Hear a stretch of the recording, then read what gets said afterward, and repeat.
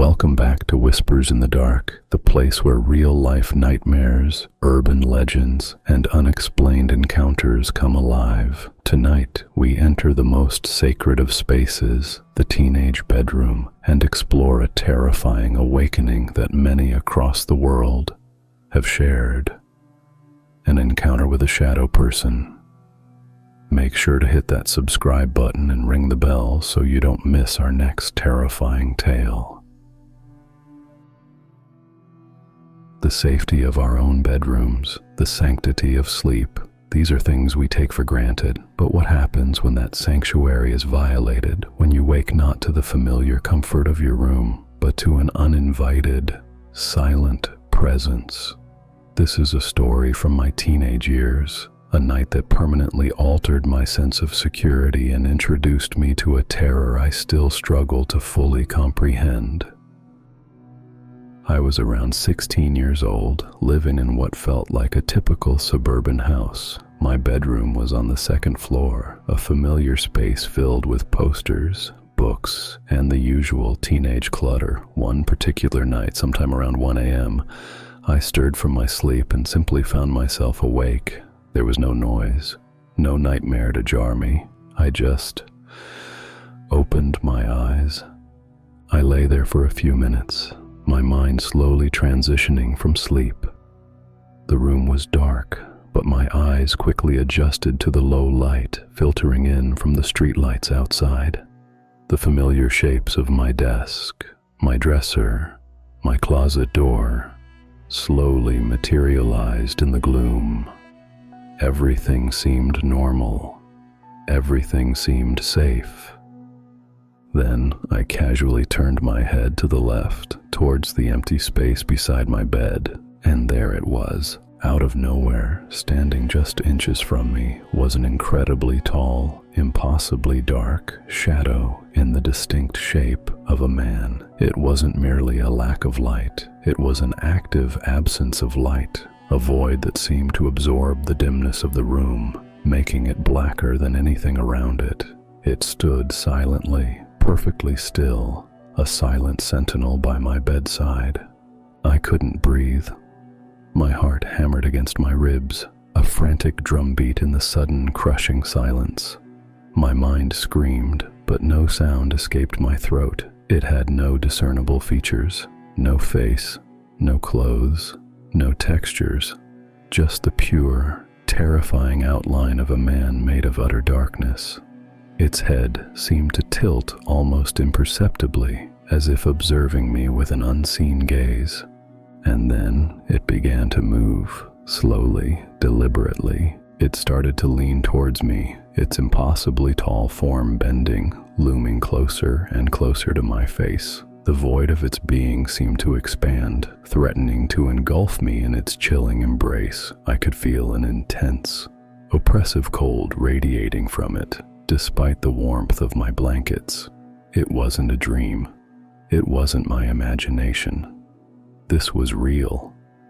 The terror that surged through me was primal, absolute. Every instinct screamed for escape. In one explosive movement, I shot out of bed, adrenaline coursing through my veins. My hand fumbled for the light switch, slamming it on, flooding the room with a harsh, blinding yellow.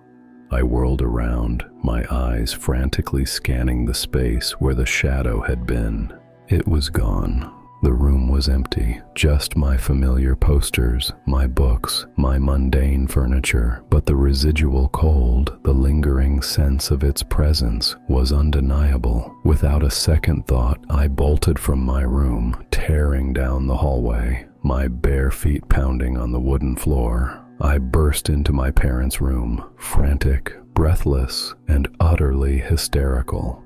"There's something in my room," I yelled, my voice cracking, tears streaming down my face. A shadow. It moved. It leaned over me. I was incoherent, trembling, genuinely convinced I had just escaped a profound and deadly threat.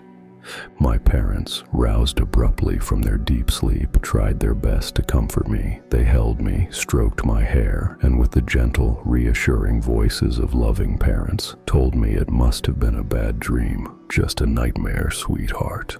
Go back to bed. But I knew, with a chilling certainty, that it was no dream. How could a dream leave such a tangible cold? How could a nightmare feel so utterly, physically present? Sleep became an enemy. For 3 agonizing weeks after that night, I couldn't bear to turn off my lights. My bedroom glowed like a beacon through the night, a desperate attempt to ward off the encroaching darkness. Every shadow seemed to twist into that terrifying silhouette. Every creak of the house echoed its silent approach.